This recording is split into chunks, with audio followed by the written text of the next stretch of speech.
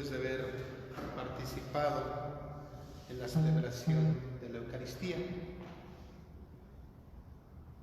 pues nos disponemos ahora para iniciar esta serie de reflexiones que llevaremos a cabo a lo largo de la semana.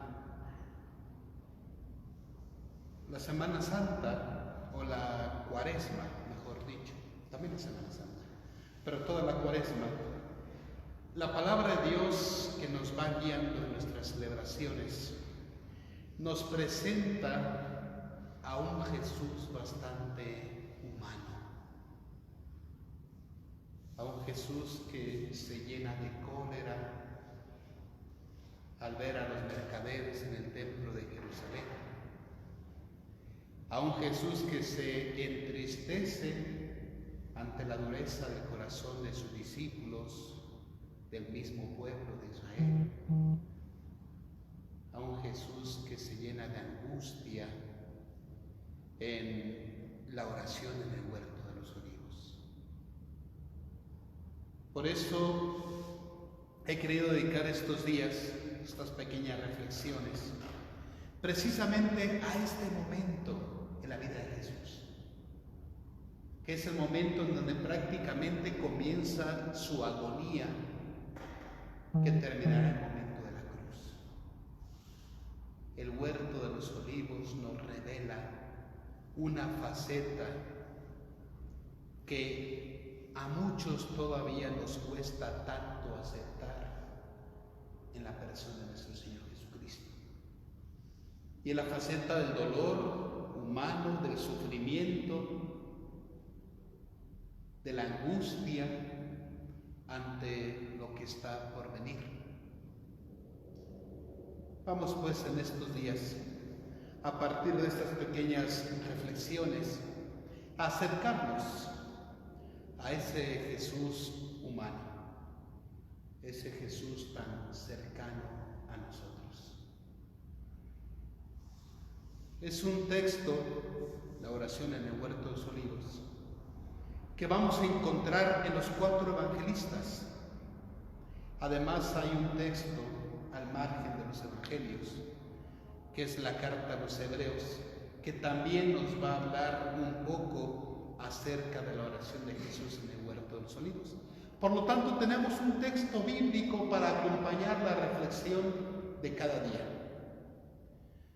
Hoy invito, sobre todo a quienes están en sus casas, acompañándonos en estas reflexiones, si tuvieran una Biblia a la mano, pudieran acercarse al Evangelio de Mateo, en el capítulo 26, versículo 36 al 46. Es el espacio en el que Mateo nos va a hablar de la oración de Jesús en el huerto de los olivos. Vamos a hacer una lectura de este texto. Es breve y que va a ser el texto iluminador de este día. Entonces fue Jesús con ellos a una propiedad llamada Getsemaní y dijo a los discípulos: siéntense aquí mientras voy allá a orar. Tomó consigo a Pedro y a los 2 hijos de Zebedeo y comenzó a sentir tristeza y angustia. Entonces les dijo: mi alma está triste hasta el punto de morir. Quédense aquí y velen conmigo.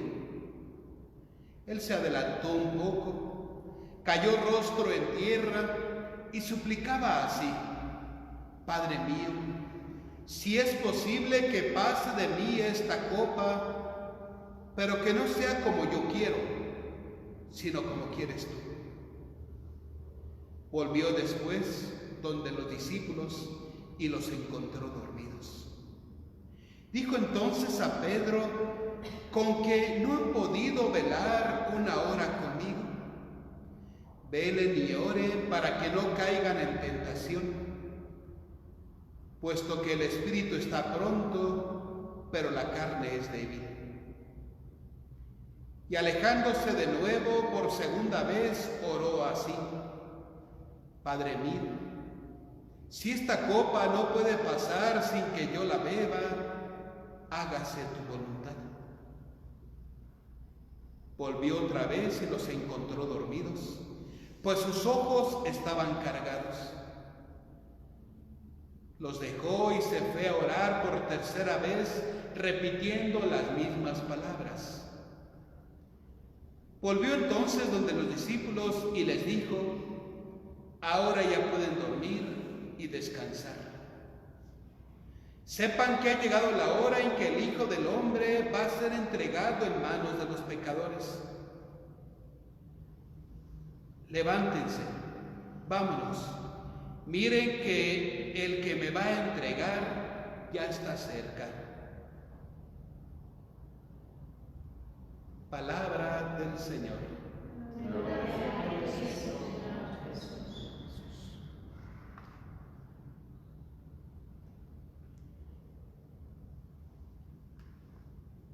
Respecto a este momento en la vida de nuestro Señor Jesucristo, vamos a acercarnos un poquito a dos autores que nos van a ayudar a marcar un poco la línea de nuestra reflexión a lo largo de estos días. En primer lugar, el padre José Luis Martín Descalzo. Él nos dice que la escena del huerto de los olivos es la más desconcertante y probablemente la más dramática de todo el Antiguo Testamento. Por otra parte, el Papa Benedicto XVI insistirá en que en ningún otro lado de las Escrituras podemos asomarnos tan profundamente al misterio interior de Jesús como en la oración del Monte de los Olivos. El padre José Luis Martín Descalzo nos invita a contemplar aquella escena del huerto de los olivos, todo el entorno y lo que está sucediendo ahí. Es una historia, es una escena verdaderamente dramática.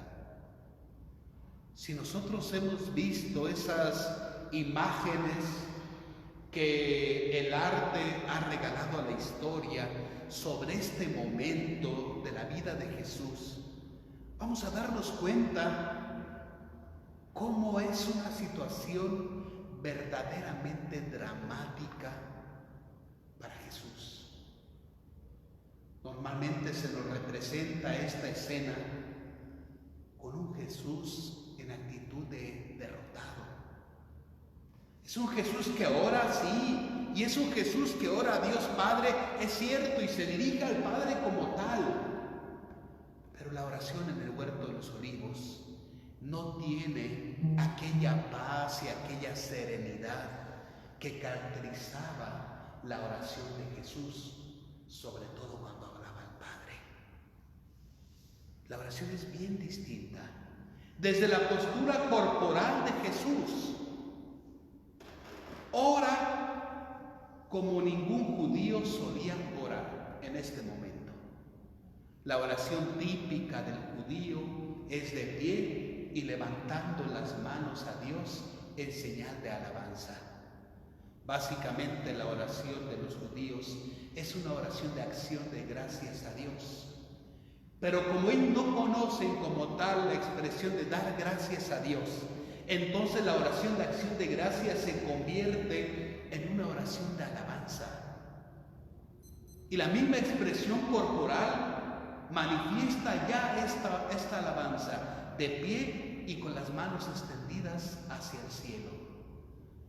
Pero Jesús en el huerto de los olivos no ora de esta manera. Los 4 evangelios coinciden en ver en este pasaje a Jesús básicamente postrado en tierra.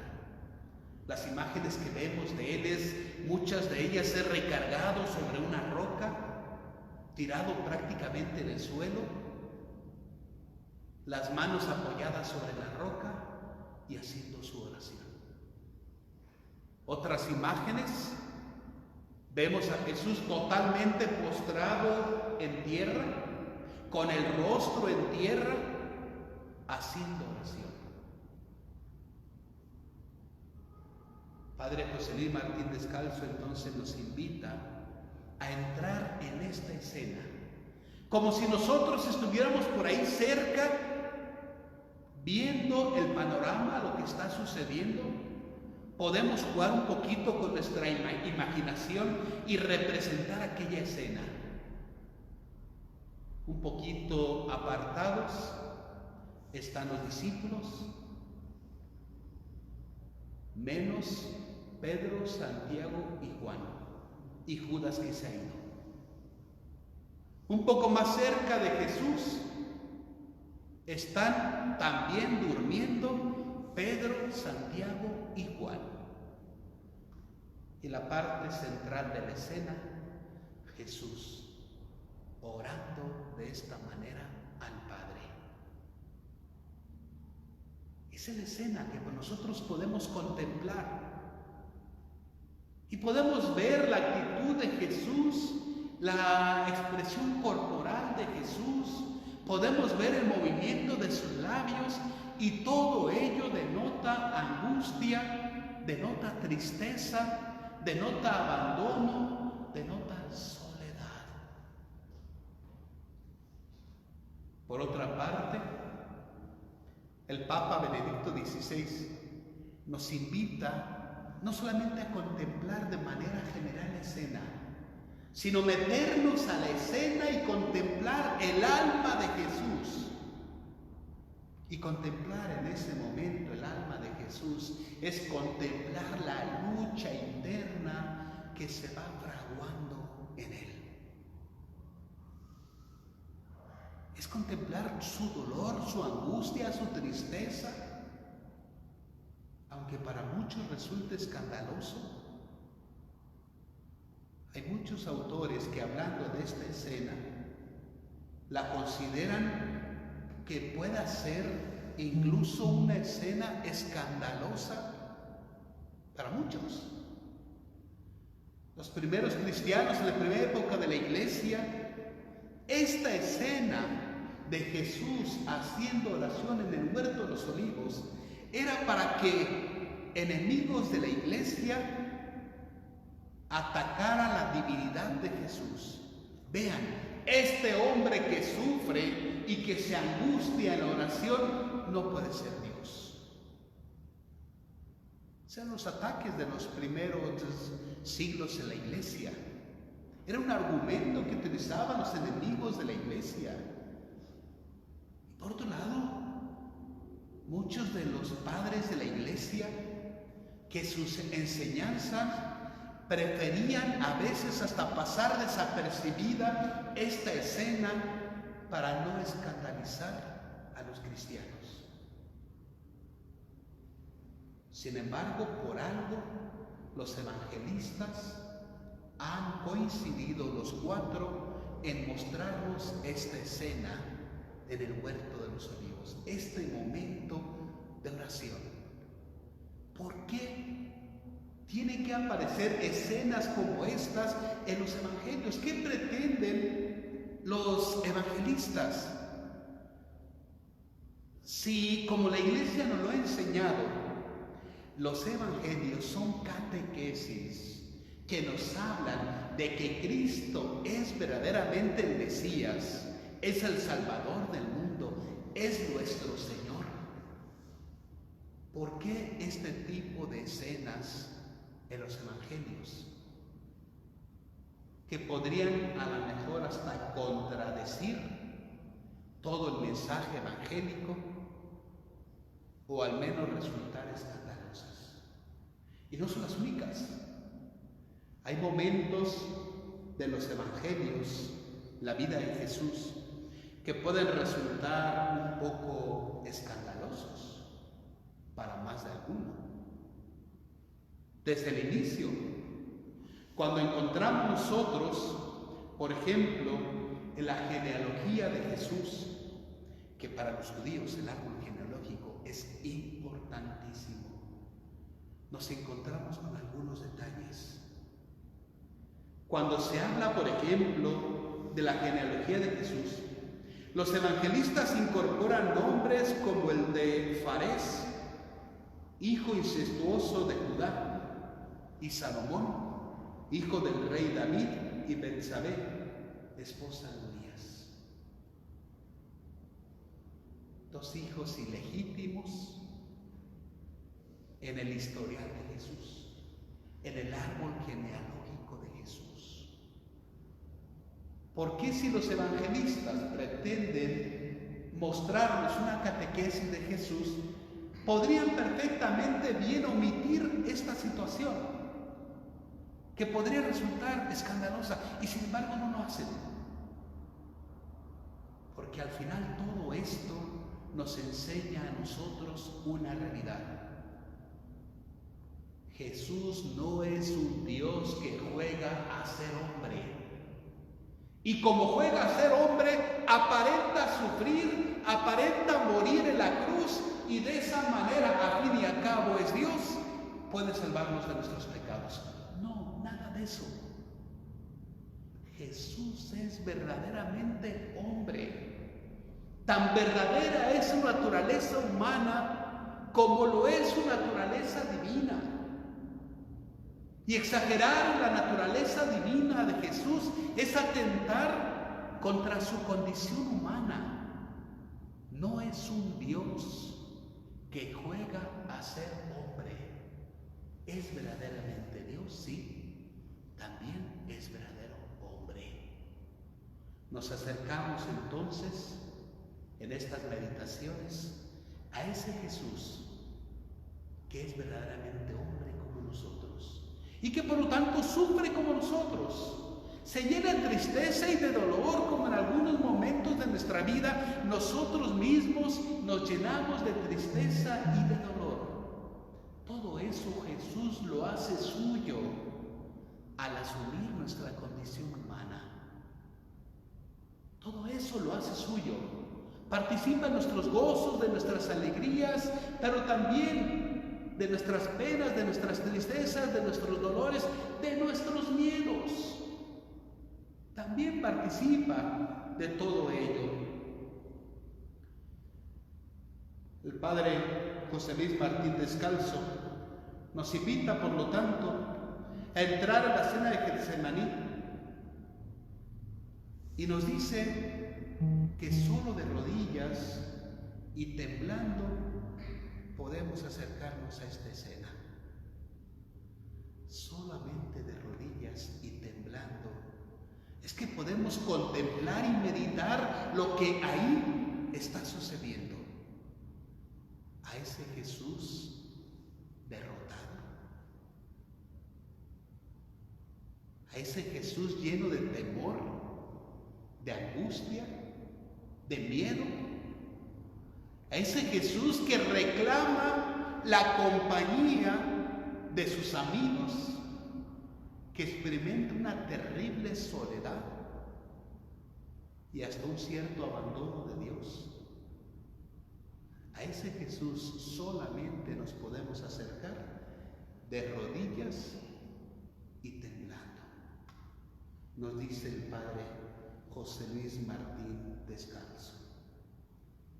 Aquella hora, la hora de Getsemaní, está muy lejos de ser la subida victoriosa al monte del dolor. Jesús no es ese superhéroe que enfrenta el dolor sabiendo que lo va a vencer y al final todo el mundo se lo va a reconocer. No.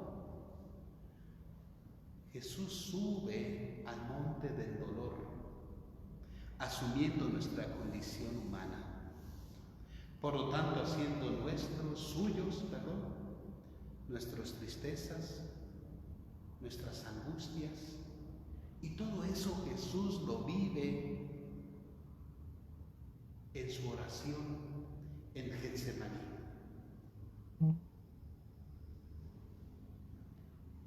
Esta imagen de Jesús en el huerto de los olivos ofrece a nosotros una imagen de Dios que el hombre no conocía hasta entonces. Un Dios que aparentemente abandona a su Hijo. ¿Cuántas veces Jesús había hablado a sus discípulos acerca de la importancia de hacer oración y de insistir en la oración, con la garantía de que Dios escucha la oración de aquel que le habla desde el corazón? Y ahora parece que todas aquellas palabras de Jesús han quedado en el olvido. Parece que Jesús está hablando a un Dios que no escucha y que no tiene capacidad de respuesta. Parece que Jesús está viviendo una terrible soledad y un terrible abandono en Getsemaní, hasta del mismo Padre. Ese es su dolor, esa es su tristeza, esa es su angustia.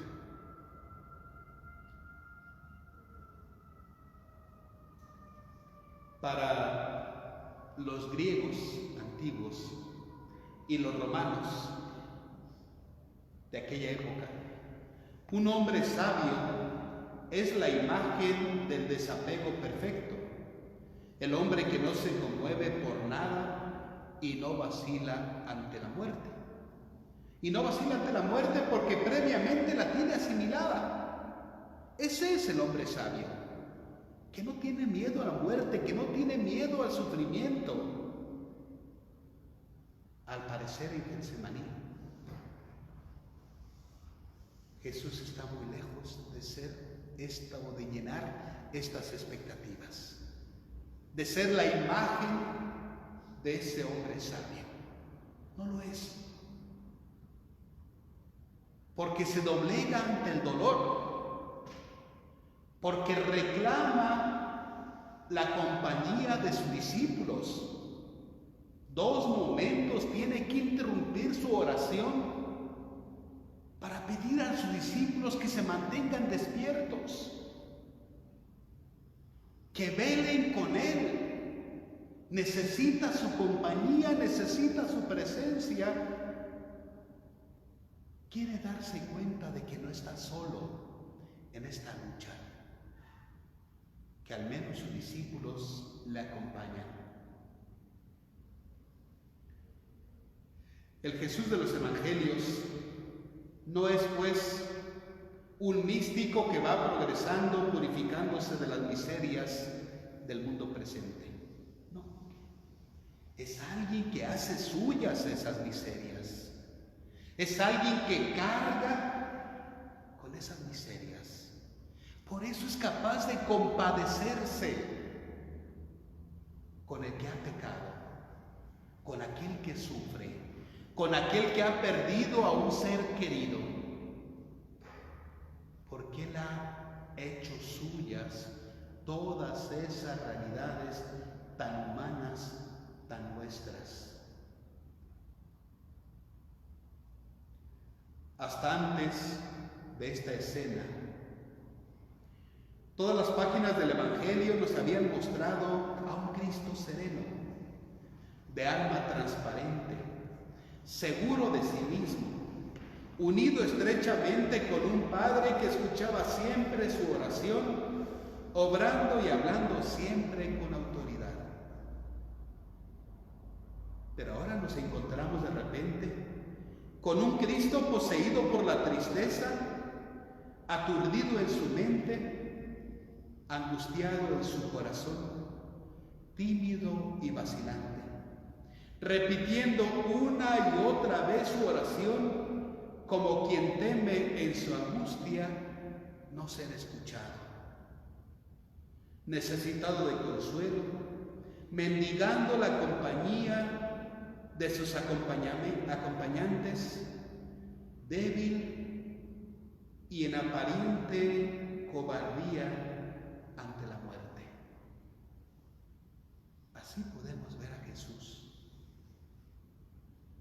menos en un primer acercamiento a la oración en el huerto de los olivos.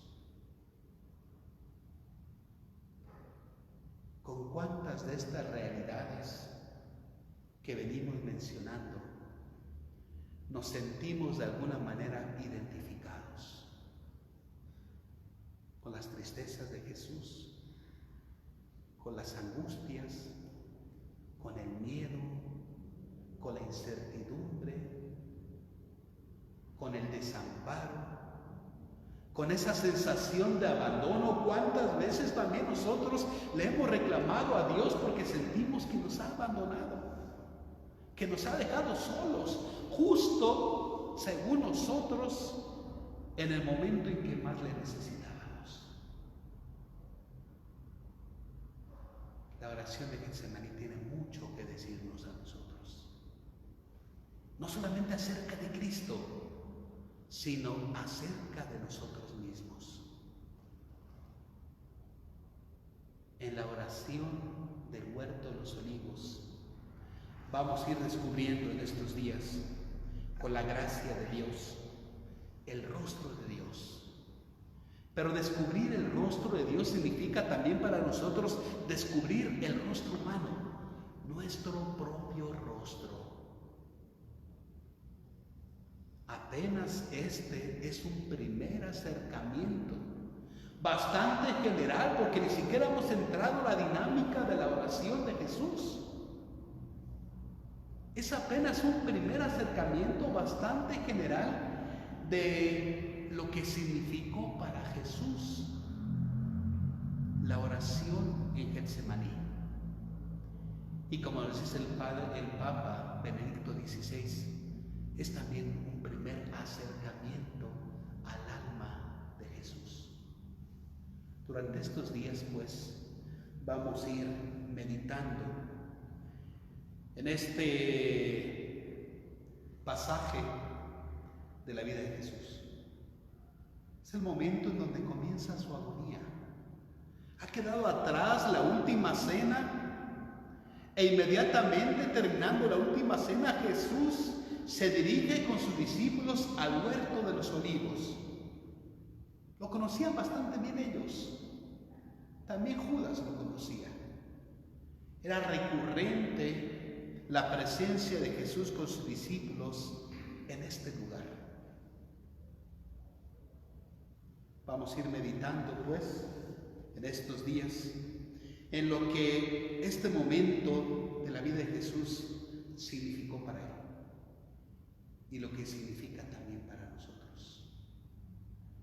Pedimos, pues, a Dios, a nuestra Madre Santísima, que nos acompañen a lo largo de estos días, que disponga nuestro corazón, nuestra mente, para que estas breves reflexiones de alguna manera nos vayan ayudando a entrar en el espíritu de la Cuaresma, con estas particularidades que nos toca vivir la Cuaresma este año, básicamente en encierro en nuestros hogares.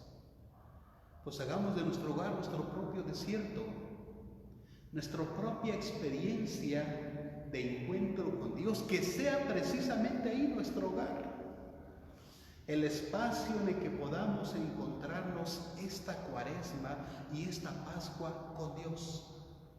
Y encontrándonos con Dios, pues podamos también encontrarnos con nosotros mismos y con nuestros seres queridos. Que Dios nos bendiga.